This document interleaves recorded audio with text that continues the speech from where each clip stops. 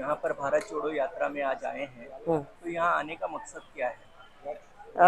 एक तो महाराष्ट्र में काफी सारे जन संगठनों ने एक साथ आके ये निर्णय लिया था कि हम कांग्रेस के साथ नहीं जुड़े हैं, लेकिन ये जो भारत जोड़ो का स्पिरिट है, उस स्पिरिट को हम मानते हैं और देश में ये बहुत ज़रूरी है आज के हालात में कि नफरत छोड़ो और भारत जोड़ो का जो संदेश है वो हर दूर फैलाने की ज़रूरत है।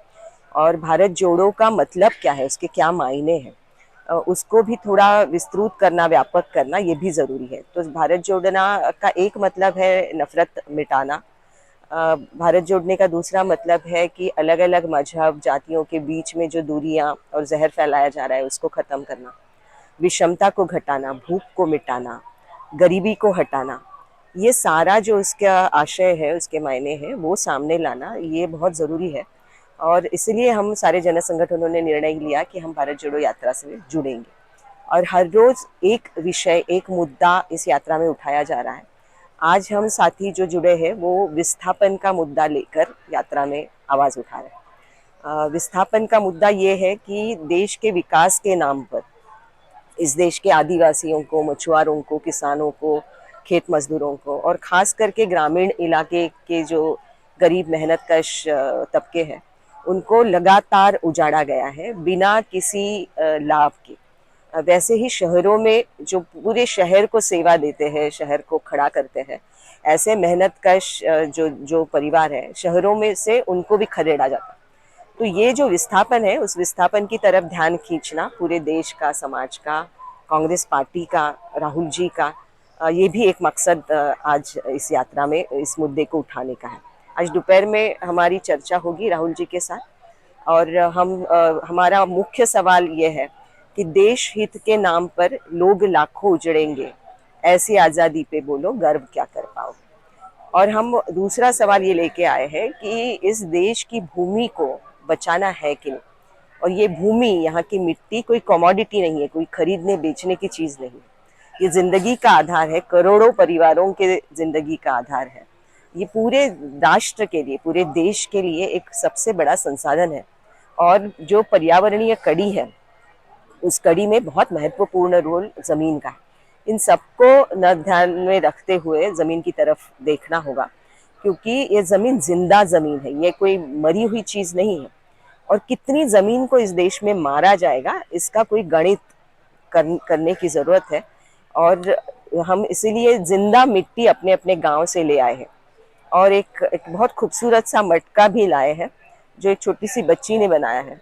उस मटके में अपने अपने गांव की मिट्टी डाल के हम राहुल जी को भेंट करेंगे, इस आशा के साथ कि आप इस जिंदा जमीन को, इस मिट्टी को नहीं मारोगे। और इससे जो रिश्ता जुड़ा है किसानों का, मजदूरों का, आदिवासियों का, उस रिश्ते को आप जिंदगी भर याद रखोगे। जब जब कोई नीतियां बनेंगी, निर्णय बनेंगे, उस निर्णय में आपकी नेशनल पार्टी होते हुए आप उसके हिस्सेदार होंगे। तो ये जरूर ध्यान में रखिएगा कि क्या रिश्ता होता है किसानों का और मिट्टी का, क्या रिश्ता होता है पर्यावरण का और मिट्टी का।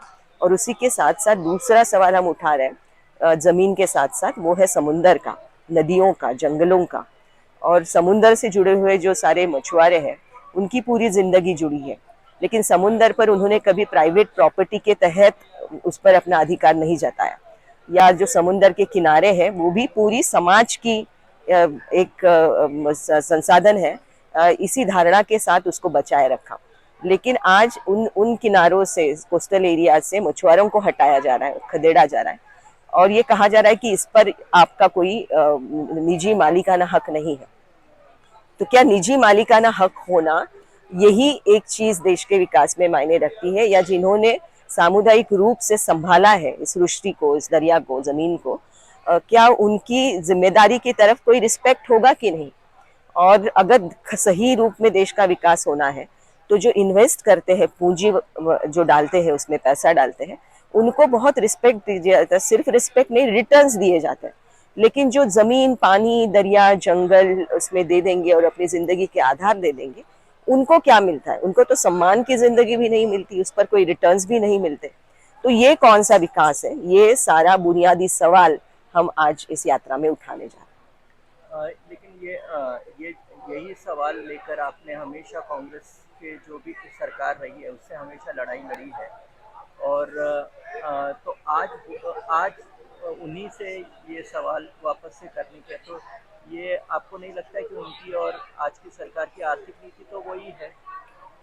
सही बात है, लेकिन आर्थिक नीतियों के मामले में कांग्रेस की अपनी एक धारणा है और हम सब उसको समझते हैं। लेकिन उसी के बीच हम फॉरेस्ट राइट्स एक्ट ला पाए, उसी के बीच किसानों को ना कहने का अधिकार देने वाला लैंड एक्विजिशन एक्ट 2013 ला पाए, उसी के बीच पंचायत एक्सटेंशन की शेड्यूल्ड एरियाज, ये जो पेसा एक्ट है, वो भी हम ला पाए।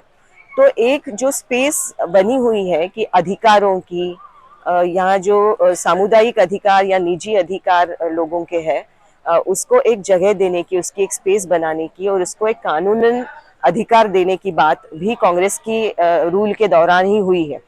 तो हम उसको उसका सम्मान करते हैं।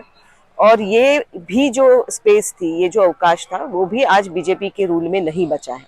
वो तो बिल्कुल बाजारू नीतियों के आधार पर अपना रूल चला रहे, अपनी सत्ता चला रहे।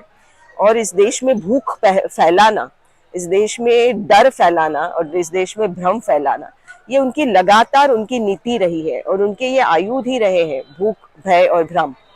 तो उसके खिलाफ अगर लड़ना है तो जहाँ पे अवकाश है, जहाँ पे स्पेस है, जहाँ पे संविधानिक कम से कम हमारी एक कमिटमेंट को मानने वाले लोग हैं, वहाँ उनका साथ देना चाहिए और वो जो स्पेस है उसको बढ़ाना होगा।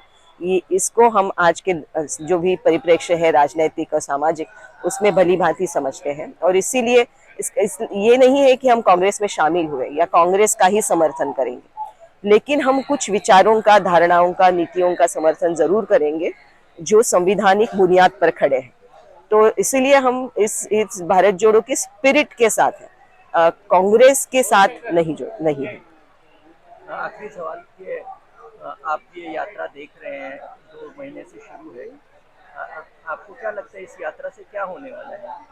नहीं, इस यात्रा से जो माहौल बना है, भले मेन स्ट्रीम मीडिया उसकी दखल ना लेती हो, लेकिन सोशल मीडिया से ये गांव-गांव में पहुंच रहा है। हम जहां से आए हैं, मैं आई हूँ महाराष्ट्र के रायगढ़ जिले से। यहाँ जो जो सारे हमारे साथी आए हैं, उनको सिर्फ हमने संगठन में सबको पूछा था कि कौन आना चाहते हैं। बहुत सारे लोगों ने नाम दिए थे, लेकिन हम आने की व्यवस्था नहीं कर पाए, इसलिए सब लोगों को नहीं ले आ पाए।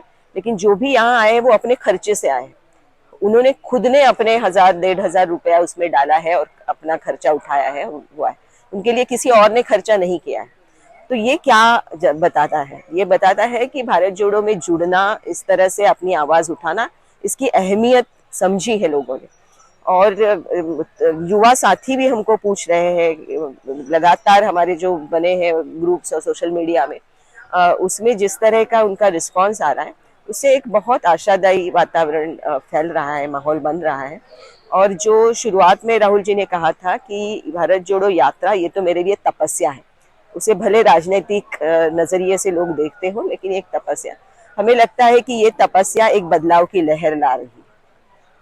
बस दो दो लाइन में बताना कि आप राहुल गांधी से अगर 2 लाइन में कहना है आपको, तो क्या कहने वाले हैं आप?